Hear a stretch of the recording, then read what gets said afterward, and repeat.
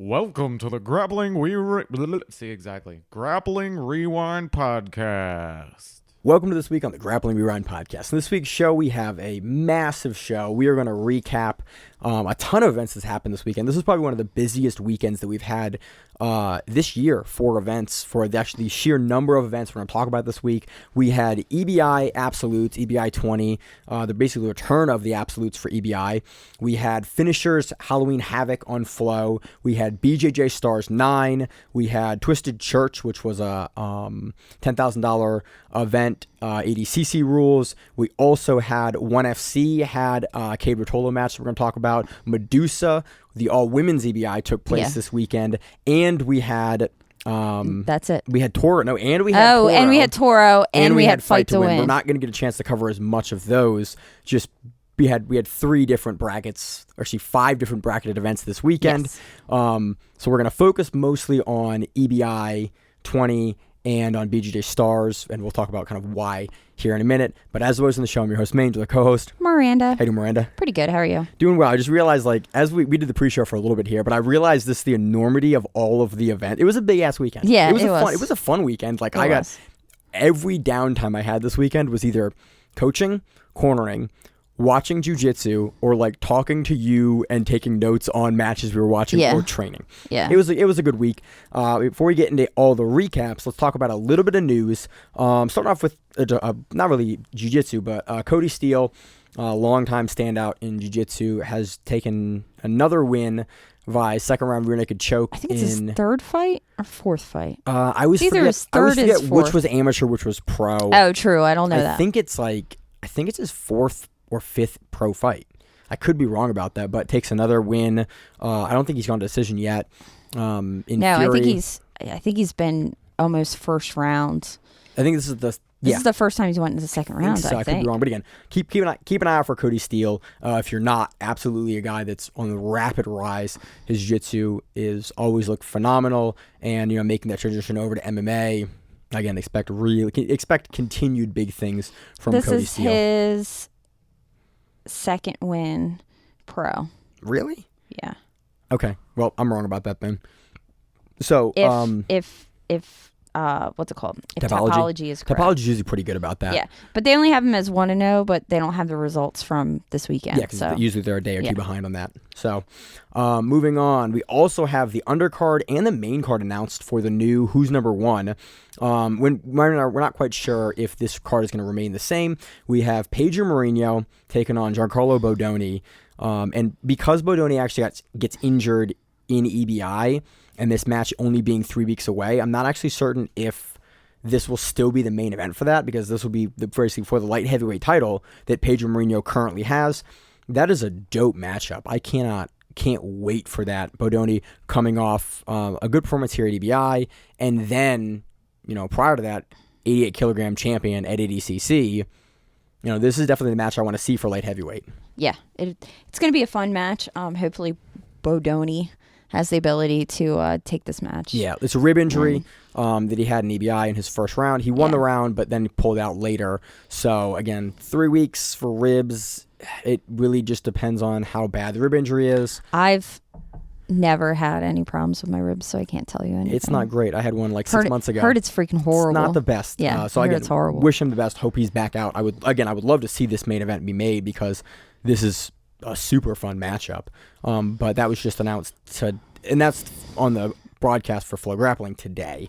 So hopefully it doesn't change. We also have Cole Abate versus Josh Cisneros announced. That would be fun. That's a really great 6 kilogram matchup between 2 guys that are just very, very rapidly making, continuing to have giant wins and on everyone's radar. You need to go ahead. We have Maisa Bastos versus Brienne St. Marie. We have Haisam Rita versus Luke Griffith. We have Ethan Cronstein versus Fabricio Andre. We have Isaac Michel versus Bruno Matis. And then we also have some undercard matchups that got announced. Andy Varela is taking on Joseph Chen. Chen just won the Nogi Pans. He's a B team member at Purple Belt, so that should be a fun matchup. And then we have Rosa Walsh, who just had a really great performance at the IBJJF Nogi Pans and won the open for Yeah, ADCC she did. and had a really good match on GrappleFest recently. She's taking on Emily Fernandez, so that should be a great matchup. And then there's one other matchup here. It's Marus Ramirez will take on Kevin Carasso. Yeah, that should be fun as well. Those are the two. It's not highlighted in the article. Yeah. But so that looks like a really fun card, and that's only in a couple weeks. That's November 11th. So really looking forward to that one. I can't wait to preview that. Those are, again, Who's Number One historically has been doing really, really good matchups, and so that looks like they're continuing on with that streak here. We also have in the Gordon Ryan drama section, Gordon Ryan has a matchup announced. Not really a matchup announced, but he is going to be on the Fight Pass Invitational card on December 15th. Yeah. I think people had talked about his ONE FC contract was done, and I think this very much confirms that because he's going to be featured on the UFC. I wonder why. We've really got no information ONE on both FC sides. gives you a bunch of shit. They seem to have a really good setup. The fighters seem to love being part of ONE FC. being part of it. Yep. You get good matches. I'm sure they could find some ginormous human for him to go against over there. I assume, but I'm not. No one really knows the nature of the contract separation. But regardless, hope to see. We're going to see Gordon. We don't have a matchup now, but it was announced during the UFC broadcast this weekend. That was like midday. It was fun. Everyone I liked lost, so that was a great fight card for me. So that's announced for the UFC Fight Pass Invitational. We also have coming up next week, we're going to preview at the preview section of the show, the IBJJF GP, Men's and Women's GP, and Fight to Win 113 coming up. So Fight to Win 213. 213. 213 in Chicago, hopefully. Thanks, Miranda. Yeah, so, hopefully. Let's get into that section of news before we do it. Fight to Win talked about earlier this week that they had their trailer impounded. We thought it was stolen. We're not sure it was stolen. And Seth is now working to get the trailer out. And so if you watched the event over the weekend, they were in a cage with the stanchions were still there, but the walls were all moved to the cage. Yeah. Which is like Fury used to do that. Yeah. But recently they haven't. Yeah. And I honestly kind of like the setup. Again, the bars, the big corner pieces on the cage. They're kind of annoying. But I actually really do like those stage setups. It just reminds me that some organizations do it that have cage matches the following day, the previous day. Yeah. They'll just take out the cage, do a grappling card, and the next day or the prior day do MMA fights. And so we've seen it over years, but Fight to Win is able to luckily continue to have their event, but we're kind of not sure if they're going to have that trailer back or what's going on. Yeah, there was for a Chicago. post today that said that they didn't know what was going on with the next couple cards because of chaos. So hopefully they will be for Fight to Win Chicago on the 29th. Wish Fight to Win all the best. Hope that all that shit gets taken care of. That's, unfortunate. One of the biggest staples for continued professional events. So wish them all the best. I think that does it for news. Oh, one more piece of Gordon news. I'm actually happy about this matchup. So Gordon and the Ruotolos have been going back and forth. If you haven't seen it, I'm not sure who said something first. I think Ty said something first, but basically he was like, I want you to give me 10-1 odds that we can beat you. And Gordon there was a couple of responses, but the ending response was basically the matchup was Gordon went, you put up the $100,000 you got from one. I'll put up $200,000, so I'll give you 2-1 odds. I will beat you first, and then I will beat your brother. Basically, we'll beat you, and then we'll mount the mats down, I'll change my rash guard, and then I'll fight your brother, beat your brother, and that's the match. And I went, I think he might be able to do it, and that is a gangster matchup because the Ruotolos are crazy good, and again, Gordon's short list of people I want to see him fight is becoming ever shorter. He has his freaking address on Instagram.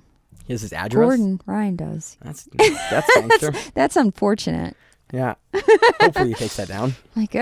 So. And we're going to telecast that information just because. So that's the next matchup. Maybe a matchup in the future. Again, they're both smaller, but they're both gangster, and he did in the post give them both props for basically being the two guys from Atos that didn't back out of the deal at the Modelfo camp. Was like, it wasn't the most flattering footage, but we agreed to it, so you're good to go. So Gordon and the Ruotolos have always had a huge amount of respect, and Gordon shouted out Kade and Ty numerous times for basically talking about how good their jiu-jitsu is. I want to see the match. I don't know how competitive it would be, but I am not one to count out the Ruotolos. Didn't the Ruotolos also say they wanted some time? There's been a lot of there's some back and forth in which they said give me like 18 months and okay, yeah, I didn't see like that. They were talking about like getting 15 pounds bigger, and then they weren't being able to do that, and I didn't know, but eventually I just read through Gordon's response that was, I'll fight you back to back, I'll give you 2-1 odds, 100. You put up 100 grand, I'll put up 200 grand, and I went, that's gangster. So that is all the news we got for this weekend. Miranda, where do you want to start for this week? I think we said we were going to start at EBI. Let's start at EBI, Return to the Absolutes. I'm going to say, beginning here, bracketing was not what I expected. I was really surprised that they put Nick Rodriguez and Giancarlo Bodoni and Luke Griffith all on the same side. All on the left-hand side of the bracket.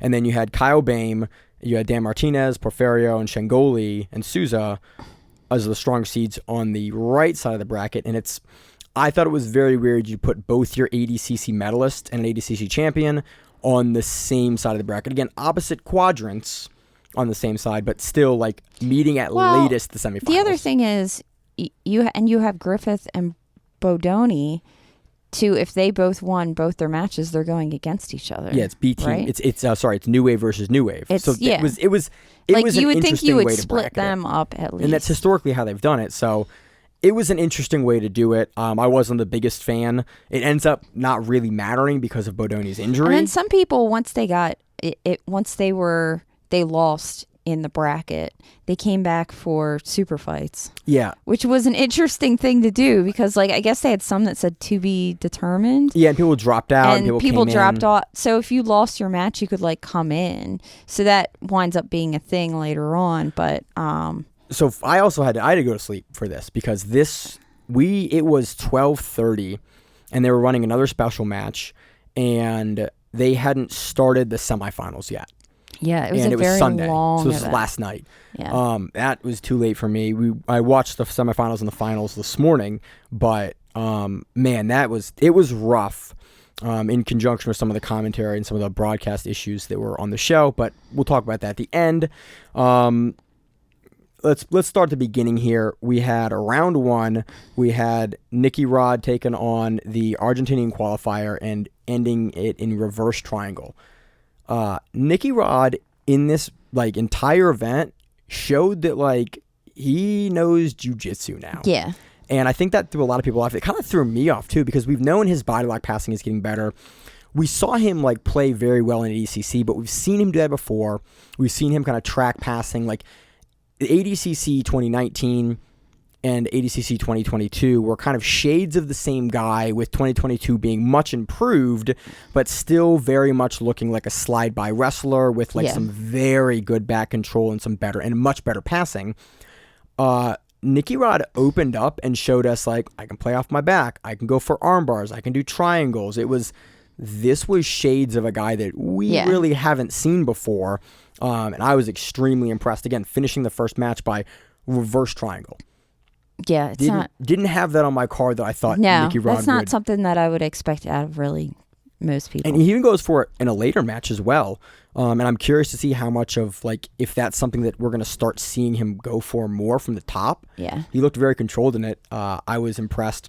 We have Luke Griffith defeating Pana via smother choke. It's listed as smother choke. They said it was smother choke on the broadcast. This kind of looked like Pana's nose was going to get broken. Yeah. Because he got up and it looked like he wasn't like gasping for air. He was like touching his nose and face. Yeah. And you could tell he was like, his nose was very uncomfortable. So it might have been listed as a smother choke, but it looked like just crazy top pressure from Luke, and like crushing his face, which again, it's a very valid sub, but I'm not certain if I would consider that a smother choke, because like mother's milk, smother choke, I kind of consider like you basket them and they can't breathe. Yeah. Versus like, oh, my face is getting crushed. Maybe if you're not used to it too. Yeah, it was like, it might not be something he's used to anybody doing to him. No, I mean, Luke, probably not many guys in your gym are the size of Luke Griffith. Yeah, because Pana was a big dude. Yeah, Pana was big, probably one of the bigger guys at his gym, and Luke was as big as Nicky Rod,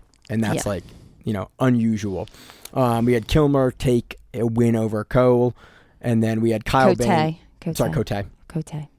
And we had Kyle Bame, heel hook win in 55 seconds. it was quite quick. Yeah. Yeah, Bame, when he goes on legs. Well, in and this format, the other thing was EBI never used the get down rule before.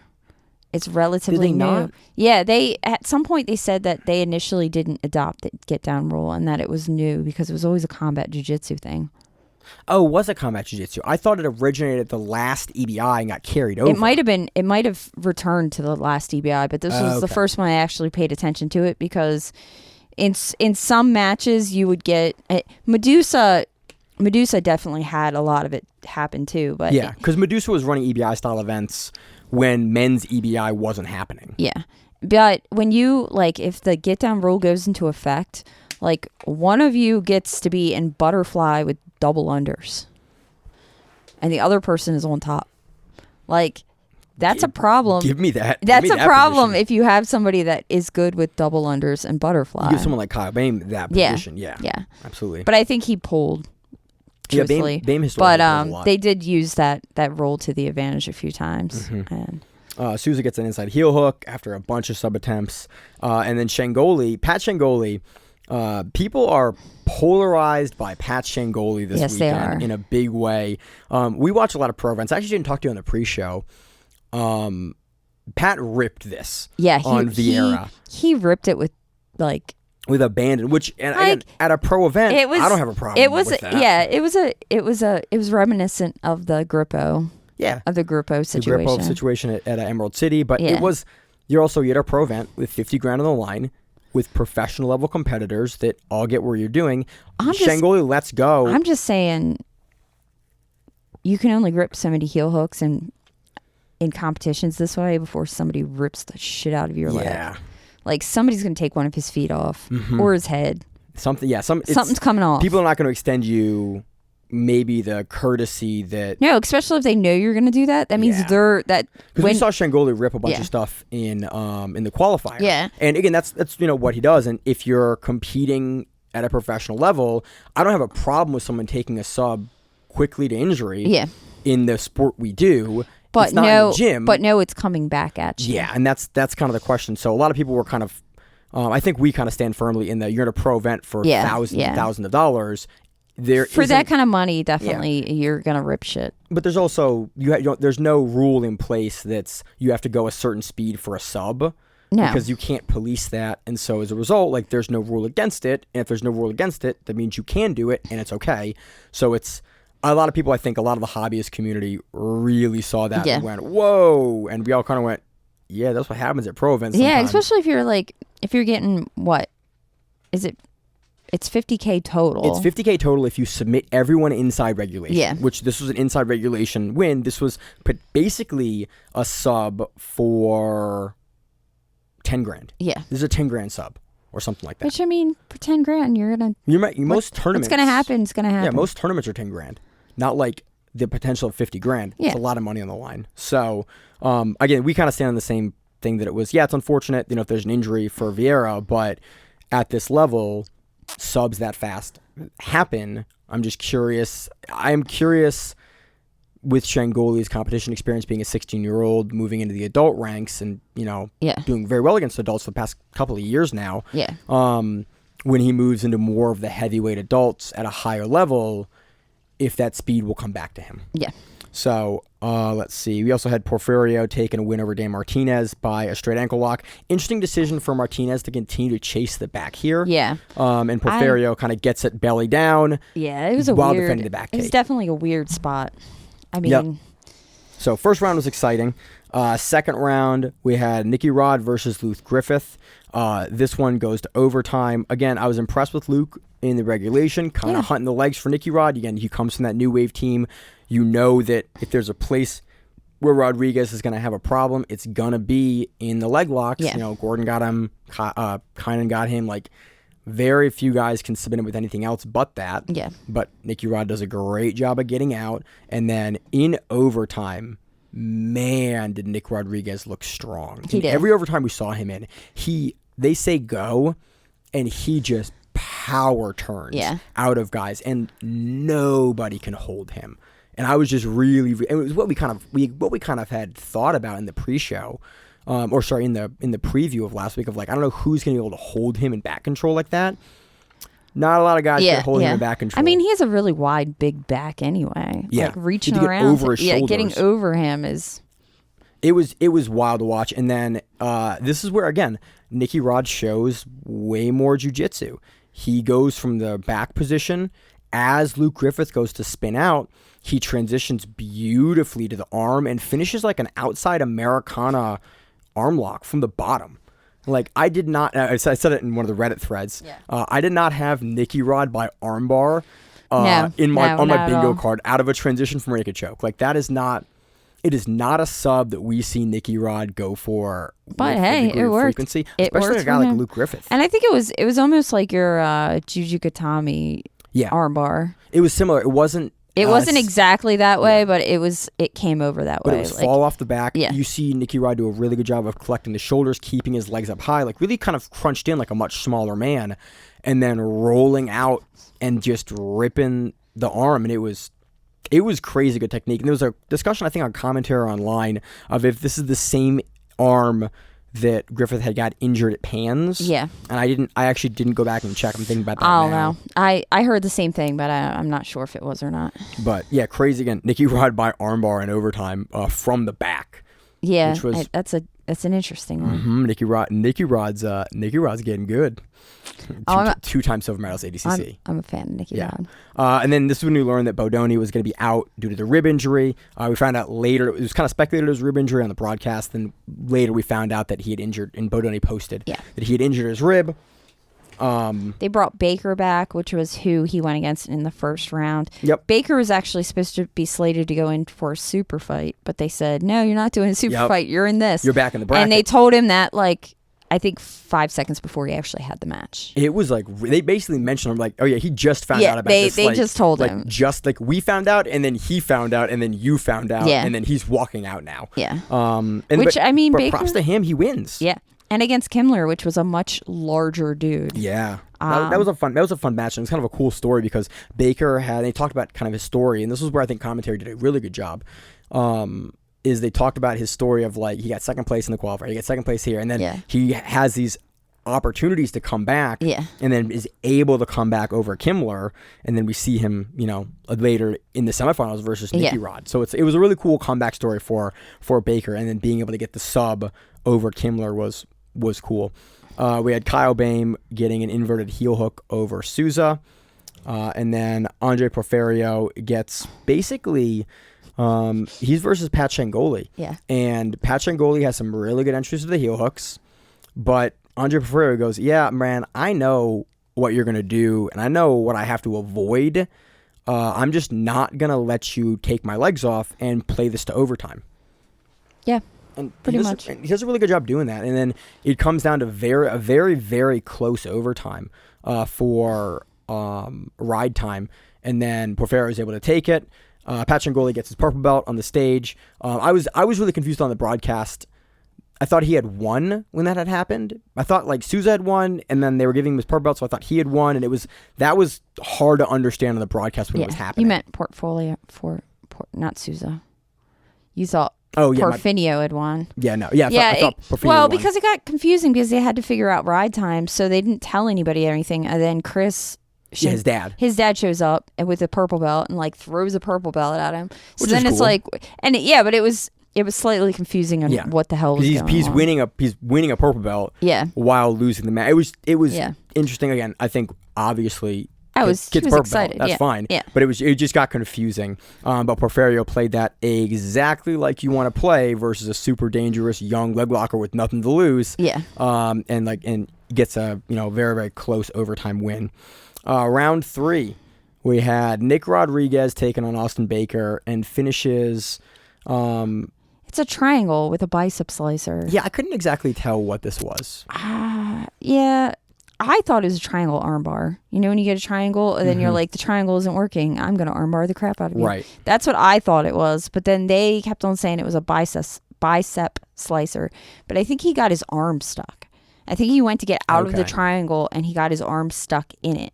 So he was kind of like, the arm was stuck inside, so you're pulling against the arm and it's a splitter. So almost. I think it was a slicer, but I mean, regardless, Nick Rodriguez. It was just a very painful situation all around. Nick Rodriguez with another sub win in regulation, and you're like, all right, I didn't have you 2 sub wins by triangle. If it was anything, it was going to be a cartwheel to the back like old school Nick Rodriguez. Yeah. Nope, playing on top. Nope, we got all kinds of shit going on. Mm-hmm. And next one, we had Kyle Bame versus Porfirio, and this is Bame getting a rear naked choke. Yeah, after a leg lock battle, which I didn't really expect the two of them to go into. No, but Kyle Bame's not a guy that I mean, and again, this is sort of reminiscent. Kyle Bame, I would expect it out of, but I didn't see anything. What do you mean? Like, I wouldn't expect anyone to be willing to play with Bame in the legs. Like, historically, most matchups, Bame has been the significantly stronger leg locker, and so people have very much made efforts to like get out and not actually play with him. But that wasn't the case. Finals. We had Nicky Rod versus Kyle Bame. This was kind of funny. Nicky Rod sits first, and I was like, that was weird. And then immediately blast doubles Kyle Bame from the knees. Well, I mean, I like his whole, he goes down one knee and then blast doubles from one knee, because it's kind of like the lazy man's blast double. Yeah, well, he sits completely. He sits like legs forward. Well, in this situation, he does. Yeah.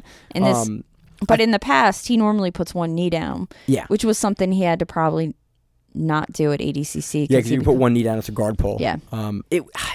I think it was very funny. I'm not sure kind of tactically why he wanted to do that, but I think he probably didn't want to immediately deal with Bame's long-range open guard and his ability to invert for legs. So I thought it was a very, very like thoughtful way to deal with that problem. Was like, oh, I'm going to pull first, and then he's going to come in, and then I'm going to blast double him. I'm going to end up in his guard in a position I can body lock from, versus having to try to close the distance on a guy like Bame, who's so willing to invert in your legs, knows that's absolutely the best strategy against you. And so it was really neat gamesmanship, and kind of speaks to Nicky Rod's preparation and like thoughtfulness for how he approaches his opponents. Yeah. And it was just a really neat, like, to watch him sit. I was like, that was what, and it was a very funny moment for me.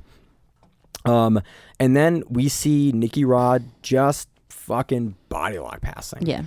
We saw him do it a ton in the Luke Griffith match, which I was really impressing. There's 3 separate body lock passes in the Griffith match and in this match. Like, that body lock pass looks phenomenal for Nick Rodriguez. He does, because he doesn't. A lot of people that body lock pass regularly kind of get in stally positions from there, because they can't move, or you're not getting the reaction that you actually want. So a lot of people will stall from that position or get stuck.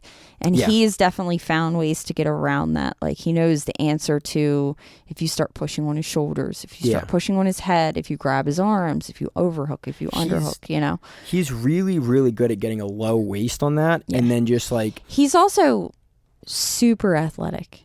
Like, he jumps in a way that I do not understand. He jumps and then settles his hips down over top of you. But I mean, I'm sure it's a wrestling thing that he's learned over time. But if you go back and watch Nicky Rodriguez's match with Yuri Samos, and then watch how he body locks Yuri a couple times in that match. Yeah. And then that match was probably... He has a body lock instructional. 8 months ago or something like that. Some people need to get the body lock instructional. Maybe, and then you look at him do it here. Like, it is night and day difference. Like, how much... And again, Yuri's a monster, and Yuri's very long-legged and very long-limbed, and is a body lock passer of his own. But to watch the proficiency and the speed in which he can do it now, like... In the Yuri match, he's kind of hanging out. You can see he's kind of getting his feet under him for body locking. And I will say that he also... That pass works well for him because he generally significantly overpowers the person that he's going with. Yeah. I mean, pull the guys technically, into him in the body. Technically, he definitely has a lot of technique with it. So I'm not saying that it's not a technique-driven method, but he also gets away with a lot because he's significantly larger and stronger. He has to use it, but it's just wild to watch the difference for how he was doing it in the Yuri Samos match versus Griffith and Bame. Well, it's night and day. It's amazing to watch how he does it total versus a lot of other people who they get stalled out a lot of times. They need to spend significant time sitting in the guard, like trying to get past the legs. Like Rodriguez kind of like shift, and then if it doesn't work, he will go back to outside passing or like flat passing, and then he'll come back to it once he kind of is through a leg and do it again. And it's really interesting to watch the development of his passing in that way, and for him to do it as repeatedly as he did in BAME. I think he did it twice to BAME or 3 times to BAME with the bypass and kind of sideways and I mean, on him. He got all the way past him a few times. Yeah. I think I have in the notes here, I have 3 separate times. Oh, okay. I think a couple of them were. And then he goes for an ankle lock at one point and then comes up to use it as a drag to come across. Again, just we're seeing more jiu-jitsu out of Nicky Rod. He can fall back and lean back into his wrestling that never left. Yeah. But now he can do like all the black belt jiu-jitsu things, and it's like I've made a joke years ago. It's like, oh, we're in trouble now, or we're in some serious trouble now. Happy Gilmore. Yeah. Where oh, Happy learned how to putt. Yeah. And it's like, oh, Nicky Rod learned how to pass. Yeah. And I'm like, yeah, this is going to be a nightmare for a lot of people for a lot of years. They go to overtime. One thing I thought was really interesting, the biggest thing I saw in overtime, very, very quick overtime, Rodriguez gets the choke in the first overtime. Nick Rodriguez has Kyle Bame on his back first. When Kyle Bame puts everything in, Nick Rodriguez looks at the ref and points to his feet because Kyle has his feet kind of crossed and he has to have his feet open. And so I was like, oh, that's interesting. They were about to start. And Nick Rodriguez is conscious enough in the moment to go, nope, that's incorrect. We have to fix that and get that. Yeah. He also has both his hands on Kyle Bame's arm, and they're both up, and although he'll drop one down to get the hook off in a second when they say go, he starts with both hands on the neck. He blasts through and turns out of the guard. He gets back to the guard and he escapes, I think 11 seconds. Yeah, very quickly. Very quickly. When he returns and he ends up on Kyle Bame's back for the beginning of the first round of overtime. Kyle Bame has one hand on the arm, and the other hand is floating in front to come down and scoop to Nicky Rod's foot to push the hook off to escape. When they say go, Nicky Rod immediately kind of shoots, and Kyle Bame shoots the leg low. He's unable to ever get the outside hook off for the hand that he had free, and then he has to let go of that to defend the choke because Nicky Rod does a double switch for his hands, and then immediately locks a rear naked choke up, and Kyle can't defend it. It was just a really interesting little thing I picked up was that Nicky Rod starts both of the hands to pull the hands down first with both hands before addressing the feet versus Bame kind of rodeoing the one hand open, ready to fight the foot first. Yeah. It was just an interesting strategic change that worked out for Nicky Rod. I think also Nicky Rod is one of the best rear naked choke hand switchers in the sport. Gordon's amazing at it, but Nicky Rod can just crunch through you in a pretty phenomenal athletic way. And he's also so good at just getting under your neck quickly for heavyweight. Very few other guys can ever get the neck as quickly as Nicky Rod does. And he's so developed with that hand switch to end up hand behind the head. It was really neat to watch. I watched it a couple times to make sure I kind of picked up on what he was doing. Dude is I'm making a list of guys that have special attributes in jiu-jitsu for who's the best in the world at this. Roberto Jimenez, best guy in the world at back take from double unders. Probably. Gordon, probably the best passer in the world. Kade Ruotolo, probably the best buggy choker in the world.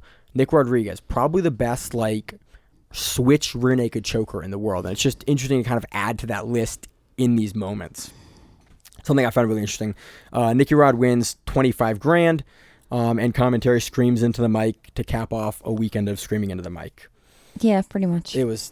That was rough, but again, it was fun. I'm happy that EBI has returned. They announced a couple other events. They announced a quintet style combat jiu-jitsu event. Something with Uriah Faber coming back, doing a match. It's a 155. 4 teams. All have a bunch of 155ers. Quintet style. It's a subversive style combat jiu-jitsu event. We don't historically cover our combat jiu-jitsu. Someone sober needs to run their between the match advertisements because they go a little long. They had we had a bunch. This event ended. I don't know when it ended. This match it was a 5 hour. I think it was 5 or 6 hours total. And this should have been about 2.5 hours. Between some of the matches was a ridiculous amount of advertisements. It was 10 to 15 minutes. Yeah. We had multiple blocks of time that were 10 to 15 minutes of advertisement. And when you're that late, I'm falling asleep. Again, we couldn't watch it live. There were a lot of production problems for this one. There was muted audio for They were also event. outside. They were outside. Which I didn't realize until the wind picked up the one time. And I'm like, you're in the middle of a freaking jiu-jitsu match and the wind is picking up and throwing shit around the room. Commentary was yelling over each other. Vanessa Demopoulos just kept screaming into the mic whenever something would happen. And like she would scream over TJ DeSantis or over Brandon McCaffrey. I would like them to fix some of those tech issues. There was a high pitch hum on the entirety of the broadcast for this entire event. It's what happens when you don't ground an audio link in your chain. It makes this high pitched noise because it's a grounding noise. Yeah, it's like stuff like that. That was for having run this many events. It was very, very hard to listen to. They need to put compressors on the mics. And some of the threads for this in Reddit and like other places were like, what is commentary doing for this? Like, why do they keep screaming into the mics in this event? It was not good. They need to fix that, and they need to stop doing that because it makes it really, really hard not to just need to mute if you're going to watch the event. Yeah. It was a major problem for this event. And so I hope that they iron out those tech problems and fix kind of the chemistry with the commentators. Well, you would have thought after day one with Medusa. Medusa had the same problems. Yeah. It's unfortunate because it's the same crew for both events because it was a 2-day thing for the Eddie Bravo. I just wish that they would do that. Some of the pronunciations for the names, I wish they'd fix that too. There was just a lot of production stuff. You can't really say pronunciations and names because we fuck up names all the time. Hey man, I do a podcast, Miranda. Okay. Like this is not. I'm just saying. This is not a 50 grand broadcast event. I'm just gonna call us out on it so that no one else calls us out. That's fine. We might have a lot of names. We also ask for corrections and also we do. We don't have a tech team here as well. It's just us. We do not, just us. So that does it for EBI, the Absolutes. Again, happy to see EBI back. Cool to see a new Absolute champion in Nick Rodriguez. I don't know who's going to stop that dude, but they have a tough battle ahead of them, especially if he's going to end up on your back at any point in time. What are you going to move on to next? Want to move on to BJJ Stars? Why don't we do Medusa just to be done? Let's do Medusa. A couple matches here for Medusa. Miranda, where do you want to start for this one? So we'll do the final 125. Nice. Okay. And it was, I think we just talked about names, and I know. Now you got to do it. Kaya Jackson. It's Kaya. Yeah, it is because I was spelling it wrong, and then I figured out that I was spelling it wrong. Okay, Kaya Jackson versus Bree Stick. It's one of those don't throw stones in a glass house moments. I know, right? I don't pronounce anything right. I'm way fucked up. Kaya Jackson versus Bree Stick. And 210 Planet women going against each other in the finals. And Bree Stick has a UWW and world and beach wrestling. Yeah. She's on the beach wrestling team. So it was interesting to see. I had never seen her compete before. And then I looked back and I was like, oh, she did Pan Ams and she's worlds and she's beach wrestling. I've always wanted to do beach wrestling. I don't think I'm good enough to do beach wrestling, but I could go with amateur level beach. Beach wrestling is cool to watch. It's really hard. I always had a problem learning the rules myself, but dude, it is so they do really interesting. They do a Korean version of beach wrestling up in New York, in Manhattan. Freaking want to do it because we can go in as low level. We can go in as not knowing shit in that tournament, and then I can get thrown on my head by a beach wrestler in the sand. So sounds like fun to me. So Bree takes this one by ride time and overtime. It was a very long match. Yeah, this was. I mean, it went all the overtimes. Oh yeah, definitely. And I think they beat the crap out of each other. Kia lit up Bree's face a few times, and her nose was bleeding all over the place. It was. This was because this was CJJ. Yeah, the whole event was combat jiu-jitsu. Yeah, the whole event was a CJJ match. There was actually also a CJJ match that was a special match at EBI Absolutes. The women's match that came in at some point later was before the quarters. Yeah, was so they added them in. I don't know why they added them in, but that's what it seemed like did. kind of a thing for Medusa. But yeah, regardless. but anyway, so that match was a great match. And Bree takes that in ride time. Yep. Moving on to the 135-pound finals, we had Peyton Letcher taking on Claire North. And again, the whole bracket was fun. Peyton Letcher had a fun match with Trinity Pun earlier. And Claire North had a good match earlier with Sophia Casella. Yeah, Sophia Casella from Unity. Yeah. And so those were no, not Unity. She's from She used to be Silver Fox, and then they said she was Gary Tonin for this event. They said she was Gary Tonin, BJJ. Yeah, wrong person there. Yeah.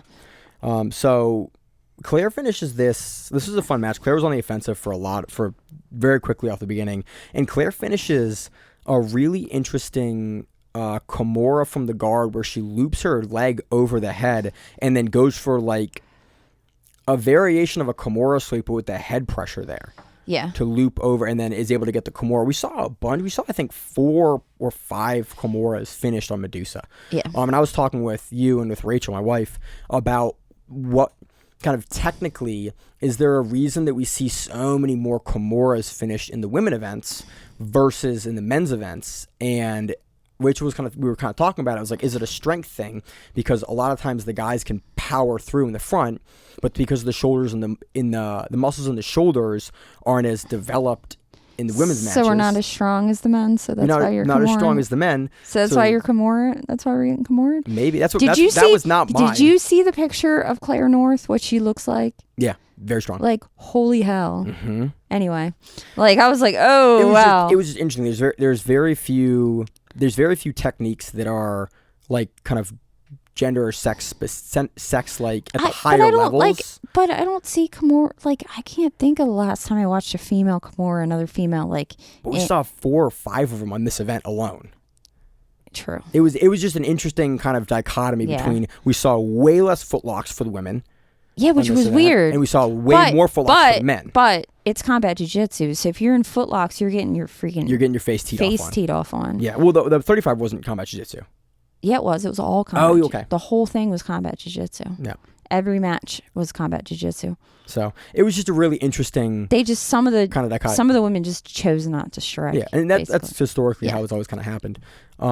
It was just very interesting, kind of to think about it in a vacuum of like, is there an anatomical difference for why we see more Kimuras typically from the guard, specifically in women's matches, versus in men's matches? Like men's matches, we see a lot of turnovers. Also, so when you think about it, like when you're in guard and you're worrying about strikes, then you have to overhook arms, right? Mm-hmm. You have to overhook arms and pull them into you. Also, you're going to keep your face really low and wing your arms out sometimes. So your freaking Kimuras are right there because it's just sitting up and grabbing an arm. And that way you're not getting your head teed off while you're trying to get it too. Yeah. It's kind of a safe position when you think about it.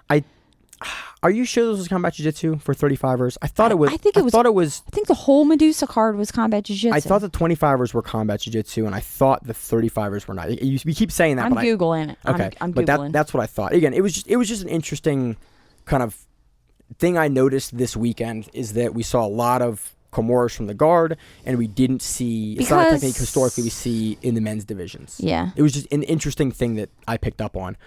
Okay. Where is she? Okay, she definitely got. But so that was Medusa. Medusa was fun. Also. Okay, I am wrong. She was Medusa's EBI bantamweight. So okay. So the 135 was just EBI. That's rules, what I thought. And it wasn't combat rules. Why the hell you confuse us like that? You confused me. This whole event confused me because like 25s and 35s all looked exactly the same. Yeah, they look very, very similar. And like I couldn't.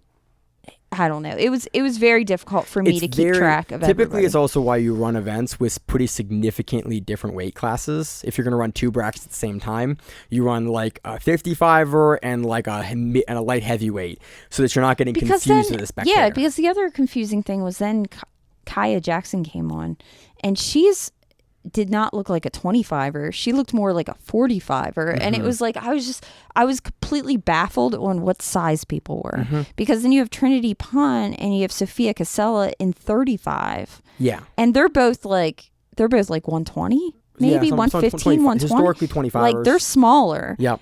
Ashlyn O'Connell is the prior 35 champ. So I could see her being there, but the other two are small.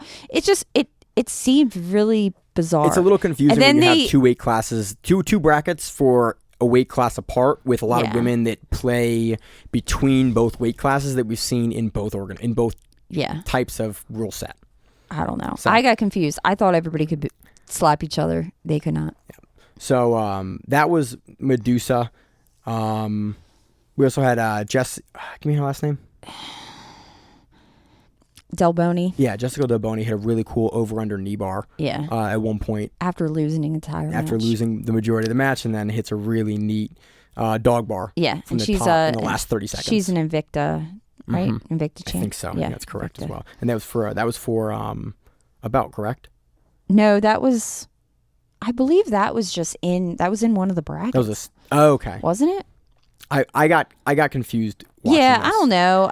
Let's move on to something that wasn't confusing. A one-off match, one FC, Kade Ruotolo versus the entire Sambo community in Uali Kurzhev. Kurzhev. I do have to say his foot sweeps were. Dude, so I watched. I after freaking last love week, foot sweeps. And after online got heated in the Sambo Jiu-Jitsu community, I went, okay, I'm gonna put all biases aside. I'm gonna go watch his World Championship run, and just some one-off matches that I can find that are I can search his name in English and find, because a lot of his matches are in Russian. I don't. I was having a problem making the translation over to find, so I found his English matches. And also if you watch Combat Sambo, it gets confusing because Combat Sambo you can hit people. Yes. And then Kurzhev it's different. It's Sambo, but he just does sports Sambo, not combat Sambo. Okay. Is my understanding. I think most of his medals are in sports Sambo, not in combat Sambo. Okay. I could be incorrect, but I watched his matches and went, he plays really heavy on the grips. I am very curious how this is going to go. If he can't play the grips, also almost all his throws end with back exposure. Well, and in the rule set. And the thing is, if you have grips, then back exposure isn't a problem because your grip protects you. Also, there's no rear naked chokes in Sambo, correct? Correct. Yeah, there's no twisting leg locks and chokes. True. So very, very different rule set. Again, much more akin to judo with allowable, but also the difference of allowable techniques. Also, your hip throws and everything, you don't have that extra grip. You don't have that extra. So if you can get behind somebody, especially anybody who's ever tried to do a no-gi hip throw, or something, you're getting your back taken unless you're really, really, really good at it. And he's good. Yeah, I mean, he's damn good. But you don't become a world medalist in Sambo without being phenomenal at the rule set. Tough as fuck. Oh yeah. And then Kade Ruotolo comes on and goes, "Hey man, I'm the youngest ever ADCC champion. Yeah. This is all I do." And I'm not gonna say he didn't body him, but it was very much Kade Ruotolo's match, kind of where Kade wanted to take it. Kade ended up winning again with a twisting heel hook. Yeah. Off of a throw, off of a counter that Kade jumped through. Yeah. I think to really no one's surprise, Kade looked amazing and wins the 1FC title. Do you have any other kind of pieces of the match that you want to run through? No, I just liked. I mean, the Kurzhev did have some really nice foot sweeps, which I appreciate. I'm trying to look. Not really. It was. I mean, he did put up a good fight because at one point Kade had his back for maybe it was a minute. It was 30 seconds or a minute. He had his back and literally stood up with him on his back in almost a fully locked choke, and then slammed him from it. So it was. I mean, he definitely put on a show and did his best against Kade. Yeah. And Kade just grabbed his legs from a pass or an attempted pass and so a jump over pass, and then kind of slid back and then finished that inside twisting heel hook. And that was it. That's it wasn't a huge surprise to us. I was happy that Yuri put up, a giant fight. Kurzhev, not Yuri. What's his first name? How do you say his first name? I don't know. It's Uali. It's probably Ali. Ali. Okay. Or I keep saying Yuri because it's capital U at the beginning. And that just go with that. Yeah. Kurzhev. Again, I'm curious to see. Mikey wants to do a Sambo match or wants to do a match against a Sambo practitioner in 1FC. He also wants to have a match respectfully with Demetrius Johnson. Respectfully. Yep. I would honestly be interested to see that. Again, Kurzhev is one of the, top Sambo guys in the world. Some of the Sambo guys talked about he hasn't been super active since opening his gym. Not sure if that played a factor in his training, but regardless, again, guy was game, and I love that 1FC is mixing a lot of the grappling arts and mixing. Yeah. they are very much a martial arts organization. Well, and it's nice to see people like that, because unless you're in the Sambo community, you don't really have that experience with someone like that. And we're unfamiliar, and like, even on the show, like we cover, jiu-jitsu. Yeah. 95%, 99% of what we do is cover jiu-jitsu. That's what we practice. That's what we understand. It is really cool to have reason to go into other grappling sports and other martial arts communities and like understand their sports and their practitioners, and then when there is crossover, be able to more educatedly speak about the other ancillary sports that are not our sport. And it's cool. I like that ONE FC is making a bigger effort to get general disparate martial art communities together and watch the same organization. I think they're doing a great job with that, and that's great. So let's move on to the BJJ Stars 9. We had a bunch of super fights. I want to talk about the super fights and the finals for the GP. Are there any matches within the GP earlier that you want to talk about, or do you want to stick to that? No, I think that's good. All right. So I'm looking. No, it's mostly the super fights that This is a giant notes document we have open for this we week. do. Much more than usual, because there's just so much to cover. It's usually we can kind of do most of it off of our head, but this week we actually had a reference. I normally have a notebook with a bunch of notes too. So this is a combination of my notes and Maine's notes. Yeah. So sometimes I'm reading and I'm like, I didn't say that, and I'm like, oh, that's Maine's. Why is it written like that? That's Maine's note. Yeah. That's Maine's note, not mine. We try out new things to try to have a better podcast product, and we're going to talk probably after the show to see like that work well or did that not work well. But so let's talk. So this is a lot of this money went.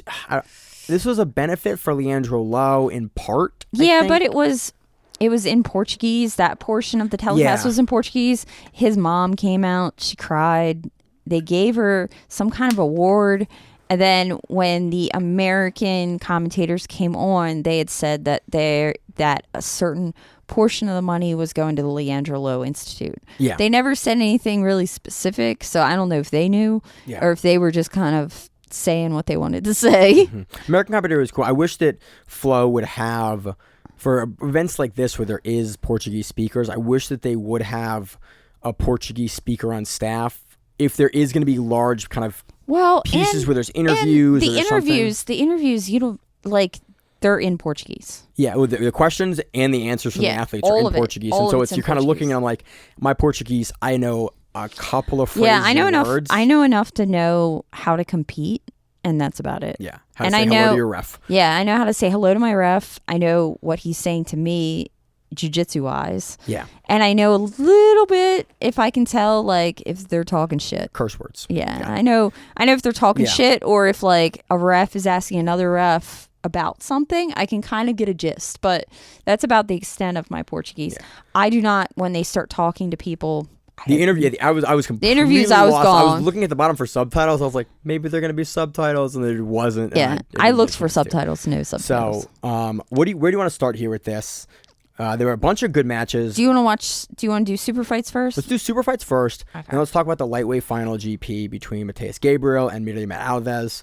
Okay. Let's start with Bia Macedo versus Thalita Silva. Yeah. 4 points to Bia.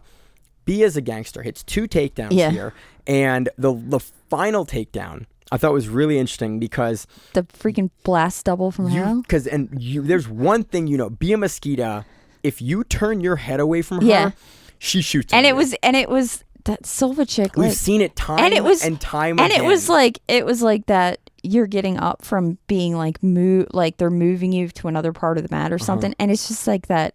I'm tired. I'm not paying attention. Shit, dude. She'll fucking. It was late, and the match like 30 seconds left or something, or 20 seconds. Oh left. yeah, but the girl got up slow and didn't and turned herself and just just blast double her ass. What happened was it looked like there was going to be a reset. Yeah. And Bia stopped engaging for a second, and they both kind of had that little agreement where it's like, okay, we're gonna come back to the center of the mat, and then Thalita kind of got up. And then she kind of took her time, and when she went to take, and then she looked over either at her coach or at the screen, and Bia went, "Oh, you're not looking at me right now," and just blast double right into the guard. And you saw Silva go, "What? Oh, I got this." And then we've seen it happen. I think Raquel Canuto did it on Kasai a couple years ago. Yeah. Like, we see it happen not infrequently where it's like if the ref doesn't stop the match, that thing's still live. Yeah. And it's takedowns can still happen. Well, and you're supposed to be paying attention to what the fuck's going on at all times. And so it's, again, Bia takes it pretty clear. 4-0, 2 takedowns. The final thing I thought was really interesting because it's just those little momentary lapses in awareness during competition. Yeah. Mosquito's on like so tight the entire time. She's going to be able to score. Again, it wouldn't have decided the match either way because she was already up, but she's going to continue to drive for those points, even in those little moments. So that was a neat little moment. That was under no-gi rules.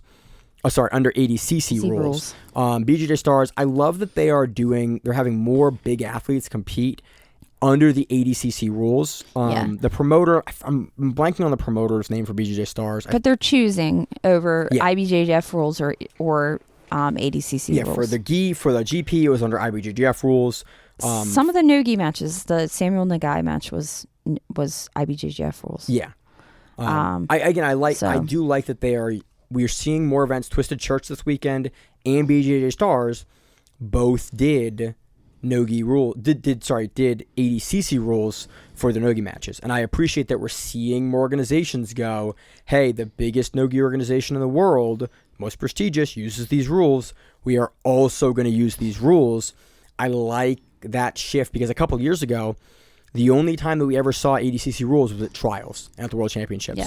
So I like that the greater community is kind of going, yep, more and more events are using these. So you're going to get a higher and higher level of competency in the community to watch them. That was cool. Next match, what's the next one you want to do? Paulo Miao versus Alexander Vieira. Miranda's first note is an all caps, weird ass guillotine attempt. Yeah. I love this. So Paulo Miao, from the guard, the weirdest ass and once you explained it kind of made sense, but at the same time, have you ever seen somebody go spread eagle with their legs while trying to guillotine you? Yes. No. Yes, I know what this move is. This is basically what Paulo Miao is. I know once I grab your head in a guillotine, if I got it tight, I'm not letting go. Yeah. So I don't really care. But he did this weird spread his leg almost looks like is it looks like you're gonna almost start to set up a Peruvian necktie from this grip, but it does. He has the grip. He has his chest really heavy over the neck, so your head is postured almost over the mat, but Paulo Miao is still in guard. He then folds the hands under and he lifts his legs up really high because then it blocks both avenues out for you to pass out of the guard either way to fight the guillotine, and because your head's in the center, you can't drive forward. Yeah. He can also loop his legs back over your back, and if he wants to 10-finger guillotine he's also bendy as hell. He's also bendy as hell. And he has long ass legs. And so it's a really uncommon way to guillotine because you need to have almost like a 10-finger guillotine setup to even start to do it. Most people will knock you over to the mount from this position, but Vieira did a really good job of preventing that from happening. But I just loved your note at the beginning. Because I watched it and I was like, what the fuck? That's a guillotine. Yeah. But his legs are was just completely... It's just a variation of a 10-finger with the legs up around the guard, and it has a lot of ways to block them from passing and turning and rolling, and you can follow them because your legs are out and not trapped by them into mount or into a top position from that guillotine grip. So it was neat.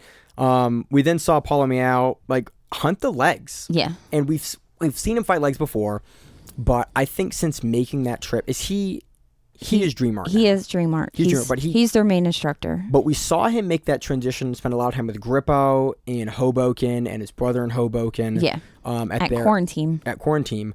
And where his brother still is. And really, we saw them doing a lot more modern leg locks. They have. And they've also been doing a lot of Barado Platas lately. Because I love the Barado Platas. I think they're fun. Paulo Miao ripped, he had a heel hook. He didn't really rip it. No, but he had it and then he rolled. Yeah. And Alexander Vieira rolled. They rolled the entire length of the mat. And then Paulo Miao sees they're close to the mat, kind of settles the heel hook so Vieira can't roll off the mat. Yeah. And then switches direction on the heel hook and finishes, and Vieira goes and tries running man and then taps. Yeah. And I went, man, that was some mat awareness from Paulo Miao. That is shades of old school Paulo Miao where he's just so aware of where he is in that roll to go all the way across the mat, realize it at the edge, settle the hips up, and then turn direction and change direction on the heel hook was a really, really beautiful finish, and you could see from the camera angle they had exactly what he was doing to adjust the heel hook. Meow has a heel hook win. Yep. And the commentator was talking about return to Nogi, but we looked it up earlier. Yeah, he had done pans, Nogi. He had done a bunch of stuff. So maybe Nogi at BJJ Stars. I don't know. Or in ADCC rules, because we haven't seen him since he fought not Ty Ruotolo. The match after Ty Ruotolo for ADCC 2019. Yeah, I think it was the last time we've seen him in ADCC rules. So yeah, not sure, but Meow gets a heel hook win. I mean, he belongs in ADCC because his feet are like freaking good luck breaking his feet off. So you can't do anything. What are you gonna do? You can dislocate it. He'll probably still look at you like you're a crazy person. There's an old school image or GIF like dump of just every time a Meow has not tapped to a heel hook. I was talking to somebody. I don't remember who I was talking to, but I was talking to somebody about him. It might have been a kid. I don't remember. But I started pulling up all the pictures of the Meow feet. Yes. And like I was just showing them like, hey, look at these feet. Like, because their foot's like practically being broken off and they have no facial expression. They're just doing their thing. They're just deadpan you. Yeah. There's a whole GIF series of like every tight leg lock they just haven't tapped to. I love them. And there's like there's a Toning one. There's a Cummings one. There's a Keenan one. I was wondering if Paulo was going to go from the Brazilian Dream Arts to the one that they're opening in Texas, but I don't know who's running that one. Not sure either. Yeah. But we'll see. But he's back. Next match, we had Sam Nagai taking on Fabricio Andre. This was just a Nogi match. This wasn't under ADCC rules. This was under IBJJF Nogi rules, right? Yes. Yeah. This was close. This was Nagai electing to take the bottom and then just be pretty active with hunting for legs and hunting for like getting Fabricio midway through his passing and trying to sweep him over. Yeah. And again, we've said it for a while now, and the guy has just been pretty bulletproof and very, very hard to score on, very, very hard to work through. He's got a very, very good guard. Does Nagai do a lot of Nogi? My understanding is we see him usually in gi. We see him a lot of fight to win in gi. We've seen him in the IBJJF and Nogi. We've seen him in the gi. He does a lot of both. He's a younger competitor, does a lot of both. Okay. And then in the last, what do you think, 30 seconds of the match, Nagai sort of is able to reverse position. They get into a wrestle up. Yeah. And then he's able to get a turtle position for Fabricio Andre and starts to come around and starts to like force Andre to kind of get going and working his wrestling. And I think Nagai was probably the more active player. Fabricio had some very good guard passing attempts through either a knee cut or like a leg drag variation, but Nagai would always keep his legs back in front and inside. And then Nagai just throws him by at the last seconds and kind of gets to his back. And with IBJJF rules for Nogi, a throw by or a snap down, you have to get all the way behind them to get your points. So, I mean, that was the thought process probably. To get your ad. Throw by points. For maybe not a throw by, but a snap down in IBJJF. I know this because I just looked up the rules recently. Mm-hmm. If you snap them and they hit the mat, as long as one knee is touching and you get behind them and get your arms around them, you get 2. Yeah, for the takedowns. Yeah. But for the sweep from the bottom player. Well, but that was a throw by. He hit a throw by. He might have been like down. It might have been a wrestle up, but it was a wrestle up to a throw by, and then he got to his back. Mm-hmm. So I guess they weren't standing, so it isn't technically a takedown, but you're playing for small margin. But again, I think that last sequence, like I would have given it to a guy up to that point, just because he was a little more active from the guard. And in the IBJJF style, they typically will favor the active guard player over the passer. That's true. And then with that, on top of that, with the guy's throw by and ending up, fighting for top position for Fabricio. Yeah, that's kind of an ad when you think about it. Yeah, and so it made it a pretty clear decision for Nagai. Again, very impressive that you just beat the silver medalist. Again, different rule set in Nogi, but Fabricio Andre right now is probably in pretty top form for Nogi. Very curious to see if we see Nagai do trials coming up and see him in the mix for ADCC 24. Be interesting. Wouldn't surprise me in the slightest. So next one we have Izaki Bahens taking on Mika Galvao. This was ADCC rules. Yeah. Both these guys just coming off of ADCC. Mika Galvao is coming off of silver medal, only losing to Kade Ruotolo, who was perfect on the weekend. I was really amped for how this one was going to play out. Yeah. I didn't know exactly how it would. I gave the advantage to Micah. But then Bahens knew how to work this match. Yeah. He knew how to not manipulate the rules, but he knew how Bahens was willing to play a slower game. Yeah. I think. Well, because he knew Micah freaking shoot an armbar out of nowhere. Next thing you know, you're fucked. Yep. So he's somebody that you kind of have to slow down. You kind of have to make him. You can't let him explode. You have to force him to overextend for what he wants. Yeah. And he did a great job. Michael Poles, in the no points period, in the ADCC rules, he works a really tight outside heel hook. Then Bahens does a really good job getting very, very high up and just like aggressively shoving the legs down and running and it was an aggressive shove. Dude, he was doing the dance of get off my leg. I am gonna push this off, and it was again to keep the balance there. And for a submission hunter like Galvao to be hunting your leg and to be able to get out of it like that. Yeah. Again, very, very impressed. I liked it. They went to the feet, and there was a bit of, I think, confusion for some people about exactly why Galvao, they get into a sequence.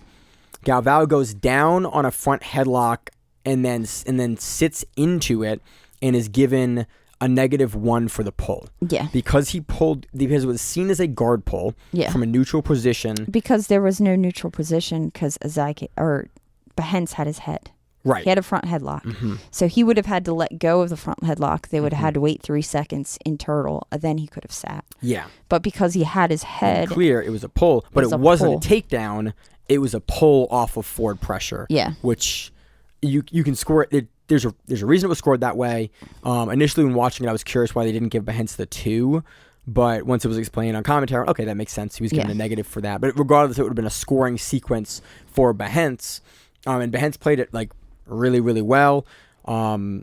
They get back up. They're playing. There is one moment where from the guard, Nicky Rod has like an overhook. Because Bahens has a low underhook. And Micah like fights it for a mirror lock. And they replayed it. And you can see Bahens just go, oh, fuck, and like grimace because Mika's like cranking on his elbow and shoulder. Yeah. And I didn't catch it during the match. I'm very, very happy that they put the replay back on it to call it to that because it's just a moment I missed during the match. And I was like, oh, that was actually a lot closer than I had realized with Bahens trying to pull his arm out of that. Mika takes it, Bahens takes it over Mika due to the negative pull. I think in almost any other rule set, with any other situation, this was pretty clearly Micah's. He was putting up more. He got to a lot more advantageous positions, but with that takedown sequence for Bahens, Bahens scores and is able to take it. Very, very close match. But okay, let's say it's IBJJF rules. In IBJJF rules, if he gets the headlock and Micah uses it to pull, then Bahens gets 2. Yeah, it's still 2. So then he wins. Yeah. So he wins. So no, I'm not saying it was a rule thing. I'm saying that it was watching this match.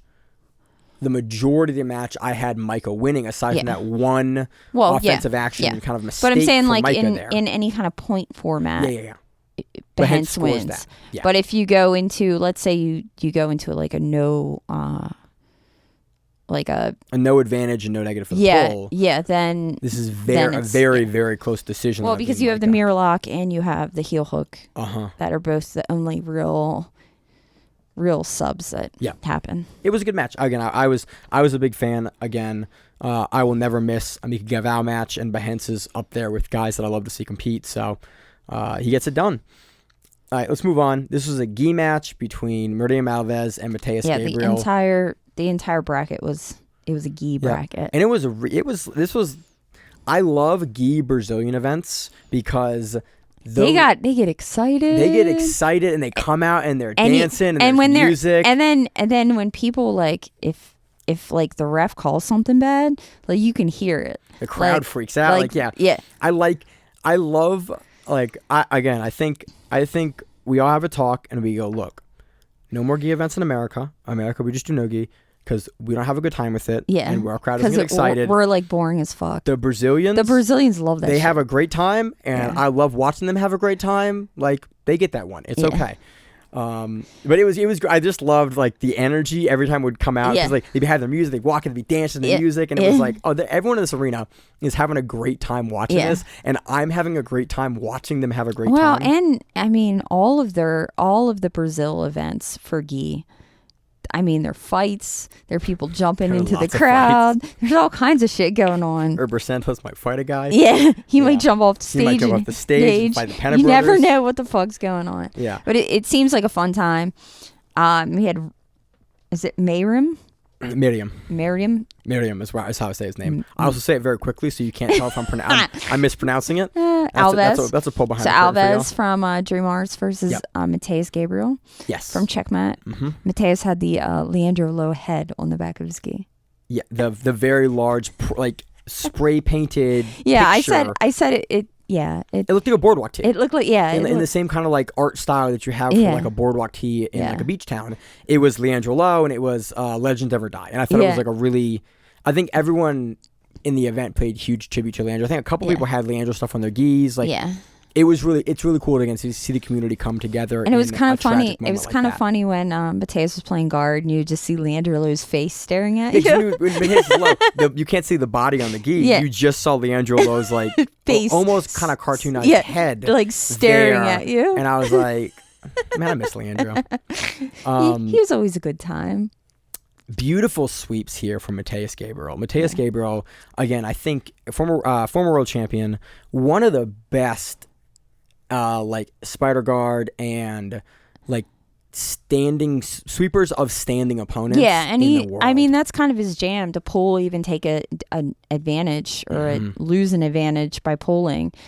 Just to sweep you on the double pull. And dude, he sweeps twice here, and it was beautiful. Like, he ties up the arms and the lapels, he gets to the X guard or the low leg X guard, and just would sweep Meyram over, would stand up, and would immediately start to passing, or would immediately like settle his base up. Like very, very rare. You could tell both these guys are straight up world caliber IBJJF players with how they sweep and how they like settled position. Yeah. They would both get to a guard, establish what they wanted from the guard, and be very unwilling to scramble out of their guard unnecessarily. It was like, hey, cool, I'm going to play this guard, and I'm going to force you to play this exact guard with me. Yeah. And that's all I'm going to throw at you. And eventually, I'm going to pull you down into this off balance and sweep you over. And then I'm going to stand up and settle. And then I'm going to go back to neutral space and not go into your guard. Yeah. It was just, I mean, Mateus Gabriel, one of the best gi players in the world, and really showed it here. He gets two sweeps here. Yeah, 2 sweeps. And there's a re-sweep by Meyram at one point, which is, again, a really good kind of like collects Mateus's legs and kind of like tilts him over and tilt sweep. But Mateus has the 2 sweeps to Meyram's 1. Yeah. They end on the feet, and then they both have a little party at the end. Yeah, they have a little party at the end. I felt both guys won. Yeah. They held up Mateus Gabriel's gi, and like everyone had a cheer, and it was...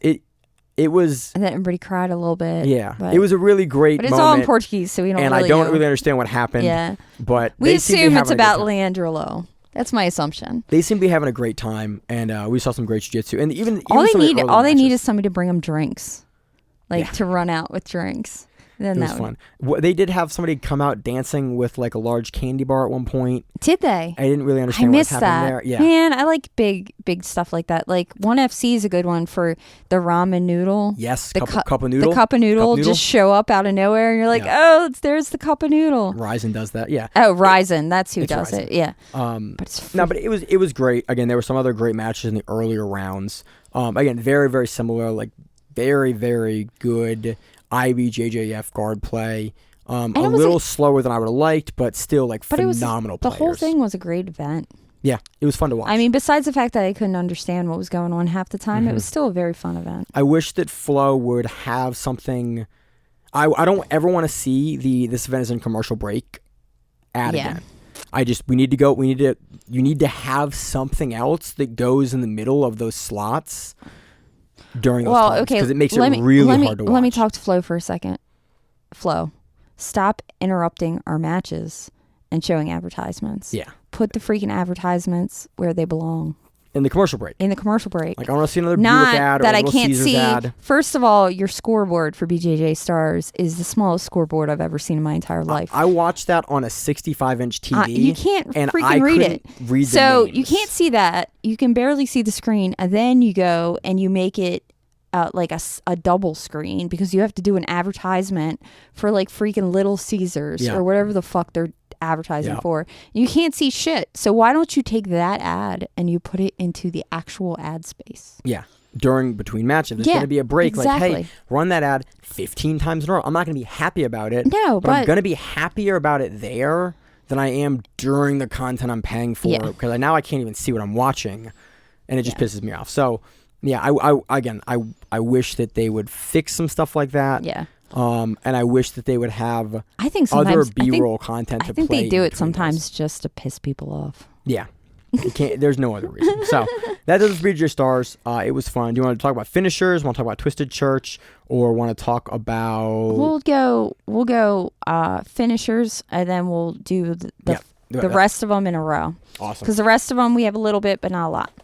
Yep. So finishers, Halloween Havoc, which is up in Bethlehem at 10 Planet. About 2.5, 3 hours from us. Yeah. So we went up there. I went up there to cover those events before. I'm stealing your wife and going up there this weekend. Oh, yeah, right. You guys are leaving, and I'm like, I'm going to be alone and sad. Dude, my family's gone. We're gonna be rolling in you're gonna be getting onesies. you're gonna be getting good at jiu-jitsu. I'm gonna be at home sad with a dog. So moving on, finishers. Halloween you have Havoc. friends that do jiu-jitsu. You can make your own party if you really want to. Have fun. We'll watch fights together without my wife. We had Eric Naples versus Chris Tran. I don't know if these guys have gone against each other before. Two local like 125ers. I've done commentary with Eric. I've interviewed Chris Tran before. You can actually find the interview. I would assume they have to because they're both the same size, and there aren't many men that are like 125ers. Yeah, there aren't many men roosters around. Yep. I actually did an interview with Chris Tran when he was still a brown belt. New brown belt back in 2018. He did Fight to Win. Maryland. Yep. Yeah. And then one of the first ones at UMBC. Yeah. So if you want to see a really old interview with Chris Tran, you can go find that on the Grappling. Didn't he do? He did one out in Frederick a long time ago too. Yeah. You can find that interview on the Grappling Rewind YouTube page if you want to go see that old. You want to see a lot of old interviews with guys that are now like ranked world black belts. It's very funny to kind of bite it up interview with Bones, and he was a brown belt there, same event. Brittany Elkin. It was good. Eric takes this by straight ankle lock. Yes, he does. I had kind of a hard time exactly telling the transition for the feet because of the camera angle. Yeah. But Eric is a super adept leg locker, and he sort of wraps Chris's legs up, rolls underneath with a straight ankle lock, makes a switch, and then is able to get what I thought was initially a heel hook. And then watching it again, it looks like he does actually have the top side straight ankle lock grip as he's finishing it. So it was a really, really, really, really nice finish for the 25 belt. The 45 belt, yep. Which is Frank Rosenthal versus Anthony Molina Valdez. Yep. Frank finishes an outside heel hook. Yep. Again, from 50-50, which is 50-50. Like, come on. He goes to he trains at 50-50. Don't put that man in 50-50. Yeah. What do you think? What do you think is going to happen to you? Yeah. Again, Frank looks great. Again, they talk about it in commentary. Jay did a great job. Talked about basically Frank's been with finishers like from one of the beginning or first cards. The video that when I think of Frank, besides I did a private with him recently, and he's a freaking amazing coach. If you have the chance to do that. But besides that is the video of him breaking the guy's arm in the Kimura at a local. Oh yeah. Yeah. That's old. The really like where you hear the pop and you see the arm. And, like, you see Frank get up and, like freak himself out. Yeah. That's what I always think about. And I don't know why. But that's like a 10-year-old video of Frank. Yeah, that's an old-ass video. Old. So. But he's been around for... They were making jokes during the telecast about how he's been around since, like, the beginning of time. But he's only, like, 25 years old. He's not that... He's younger than me by a bit. Yeah. So, he is. Finishes it outside the heel hook. Retains the 145 belt. I think the last time I saw him, I remember the finals match between him and Keith for the 145-pound bracket they did a couple of years ago. Oh, okay. And that was a really fun match.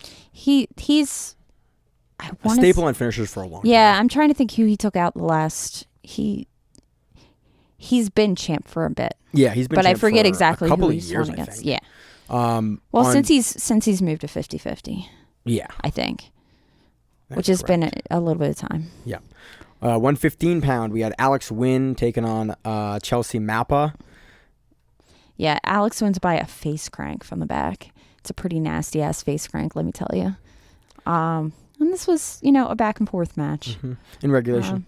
Yeah. As well. Yeah. So none of these went to overtime, which I love. Again, Yeah. I'm not the biggest fan of overtime. Again, the finishers guys, they run it that way. The EBI guys, they like that rule set. But I always love it when events just don't need to go there. And so all three of your champions being able to take wins in regulation, again, speaks to the caliber of your current champions for finishers. And that's awesome to see. I love that they had 3 different belts on the line at the same event. Like, that's really cool. And they had them at different times during the day too, which was interesting because like the Alex Nugent match was like in the middle or like the beginning of the card. That's pronounced win. Or win. I'm sorry. I read it too and do that. I try to every time. And then the other 2 were definitely later on the card. So yeah. I just like that I like organizations that consistently have like defenses and new challengers from their champions. Like finishers, you win the belt in a tournament. Well, and then Alex is now 115 for Midwest finishers and finishers. I believe so. Yeah. Yeah. So again, I just like that there is I like lineages being built in organizations, and I think it's a really cool talking point. I think it's really interesting, and so I like that finishers is keeping their champions and their organization active with challengers coming up, so that I remember Frank. I saw Frank defend, and he's defended a couple times, and he's won the belt. I've seen Alex. I've seen her defend. I've seen her retain the belt, and it's same thing with Eric. Like I just like that it's not somebody wins a championship, and then like Gordon Ryan is still the 170-pound championship for EBI. Like that was like 2016. So they should make him defend 170. They should make him defend 170. But it's like again, that's not. He'd have to like cut off a leg, but you have to cut off both legs probably. It doesn't matter. I just love that finishers he has to make 170. is keeping their champions active, and that for me, I like seeing active champions in organizations. I think they're doing a great job with that. Moving on to Twisted Church. Twisted Church, we don't have a full footage yet. Yeah, it was an event in Ohio. They've had some other events before. I think this is one of the second or third. This is one of their bigger ones because I don't remember their events being this large before. They've been getting big quick. They've been getting ADCC refs out. They're again running an ADCC rule set, and I love that they're bringing like Carlos Diaz, and they're out. Also bringing money. Mm-hmm, $10,000. Yeah, $10,000, which is good. Again, I keep harping on it. I love more events using the ADCC rule set because it's the biggest, most prestigious organization that we got. And more athletes are getting more experience on that rule set. You're only going to get better matches at the World Championships because you have feeders now that are under that rule set, and it's amazing. Ethan Crownston being a monster. Yeah, he just kind of went through everybody. So he got a mounted triangle and 2 rear naked chokes. Yep. He beat DeAndre Corbin and then a triangle. And then an armbar. No, David, the guy he won against. Yep. The guy he won against. Yep. Corbet.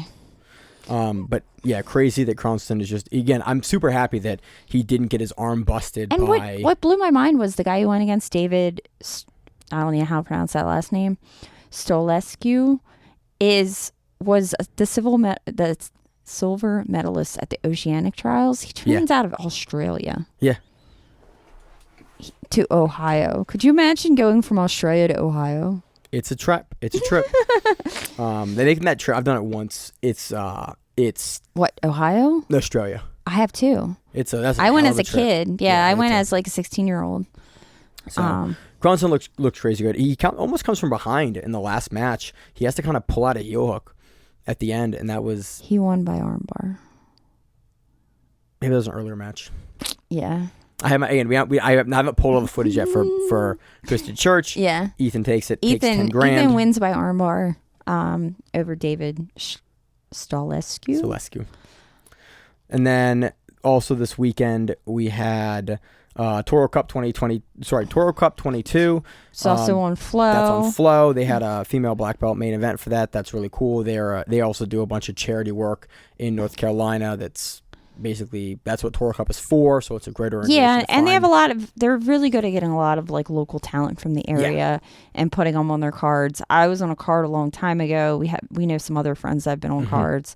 They're definitely a fun organization now that they're on Flow. It's definitely something you can watch. And it's way easier to watch now. I love that. Again, I got to watch. And they do, and they don't and they blend the matches. So you might have a title, and then you might have a blue belt match, and then you might have, so the titles are sit usually in the center. Yeah. I think recently, since they're on Flow, there's usually a title at the end of it as well. But historically, they've always run their titles in the middle, center in the middle. Yeah.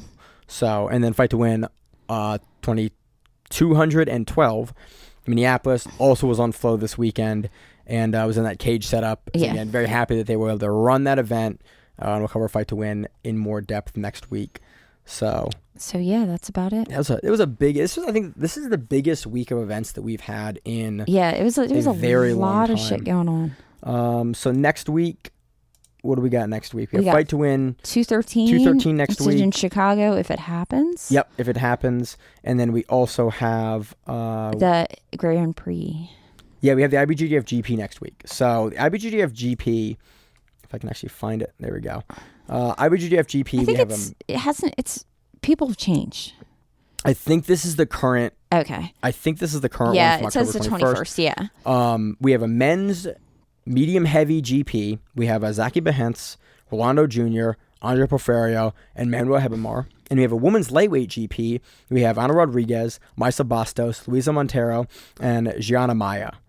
Yeah, because I think somebody dropped out of that.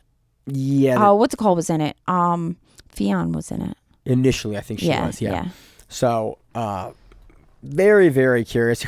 Who's your gut pick here? For what? For men. For men, I'm gonna go Ronaldo Jr. Yeah, me too. I like some Ronaldo Flo Jr. posted a video of him just break dancing on a dude in IBJJF in like the most disrespectful way. Just moving around him. I was like, oh, he's really good. And we've seen him when Rolando is on. Yeah, when he's on, he's on. No, sorry, Ronaldo. I'm gonna get his name right eventually. Ronaldo. I said Rolando. Oh, okay. When Ronaldo is on, he is so hard to stop. Yeah. I'm gonna go him again. Behance and Hibamar could both throw, and so could Andre. Yeah. Any of those could throw a wrench into him.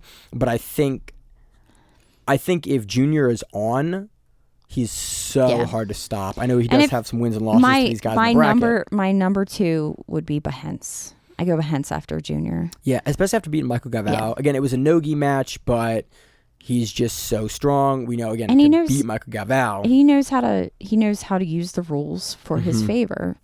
Yeah, very, very. Both. He didn't start Dream Arts, and Dream Arts has taken off because he doesn't know what he's talking about. Mm-hmm. You know what I mean? He's a talented gentleman, and so I think it's the two of them. For the women's, who do you want to go? This is interesting. This is Maisa is not a lightweight. So yeah, Maisa is little. Yeah, significantly smaller. Like I'm going Ana Rodriguez.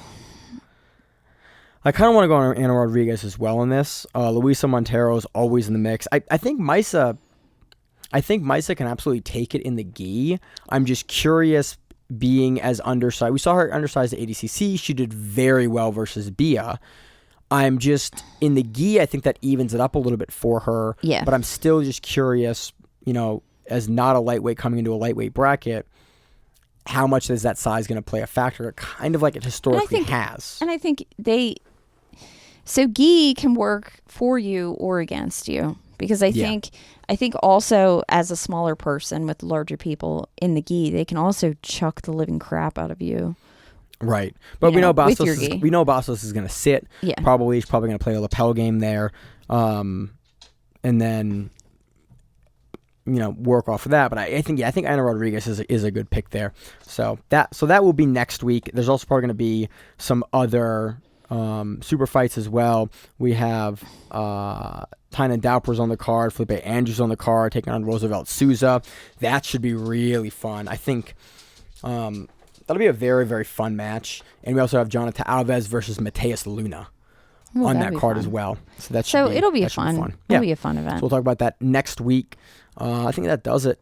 Anything else planned for the week, Miranda? No, I'm stealing your wife, and we're going to... you're leaving for a BJJ trip. We're going for 10th Planet Nogi camp up in Bethlehem. Nice.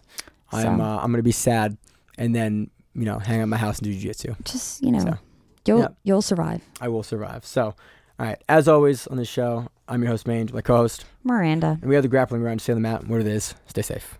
If you like the show, please consider sharing it on Facebook with the folks at your gym. It's the best way that we grow the show, and we really appreciate it. You can reach out to us on email. We also have Instagram. We have Facebook. We have Twitter. We have Google+. Until that shuts down. We have a website. If you have an event you would like to have us cover, please let us know. If you have a name, like most people do, and you'd like to have us stop butchering it, let us know. Reach out to us. The show is also available on YouTube, Spotify, in addition to iTunes and every other podcast service. We very much appreciate your time, and thank you.